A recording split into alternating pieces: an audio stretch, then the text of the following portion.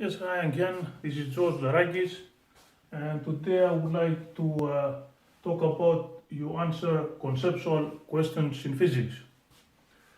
I know that a lot of students have difficulty answering this kind of questions because they are told or they think that they can do them without using math, and indeed they can, but sometimes it's very difficult. So the answer to how you answer a conceptual question in physics is do the math.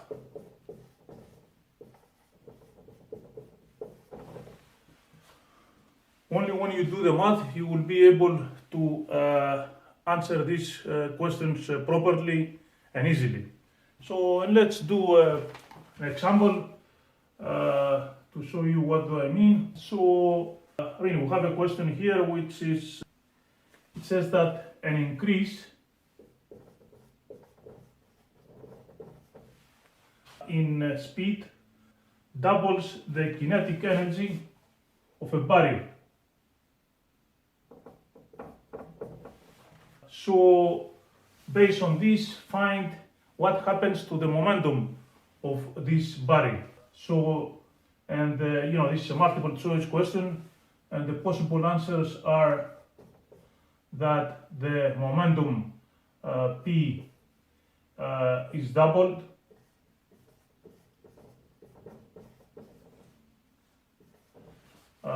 B, that P is increased but more than double,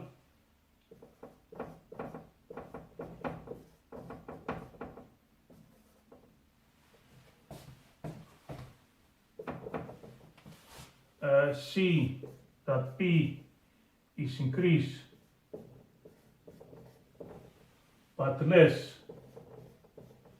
than double, and D is that there is not enough data to decide. So let me repeat the question again. So what we have that an increase in the speed of an object doubles its kinetic energy. So what happens to the linear momentum of this object? And the possible questions is the linear momentum is double, the linear momentum is increased but more than double, is increased but less than double, and not enough data to decide what's happened with the linear momentum. So, as we said, you have to do the math. So we have that, let's say, K initial is the it's the kinetic energy of the object in the beginning. So it's 1/2 mv1 square. Let's say vi, where vi it's the initial speed of the object. Now, let's see what happens afterwards when the kinetic energy is doubled. So we know that Kf is equal with 2 K1. So that means that 1/2 mvf square is equal with 2 times the K1, so that should be 1/2 mvi square. Of course, the m remains the same because we're talking about the same body. So that means that you can cancel this, and this. And what we see that Vf final square, it's equal with 2 times the V initial square. So if you take the square root in both sides of this here, we have that this cancels with this, and this cancels with t, so we have that the v final of the object, it will be equal with v initial square root of 2. So if we now go back and see what happens, the p initial is equal with m v initial, and the p final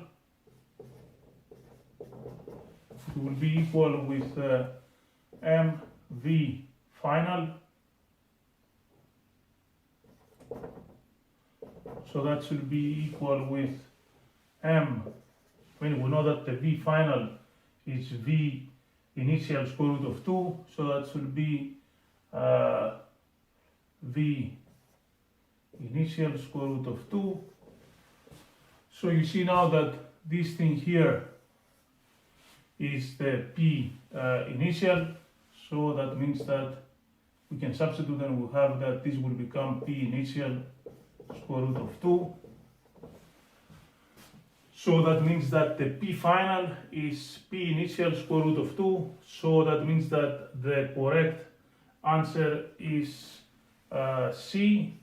When the kinetic energy is double, the p is increased but less than double, it's by a factor of square root of 2, which of course is less than 2.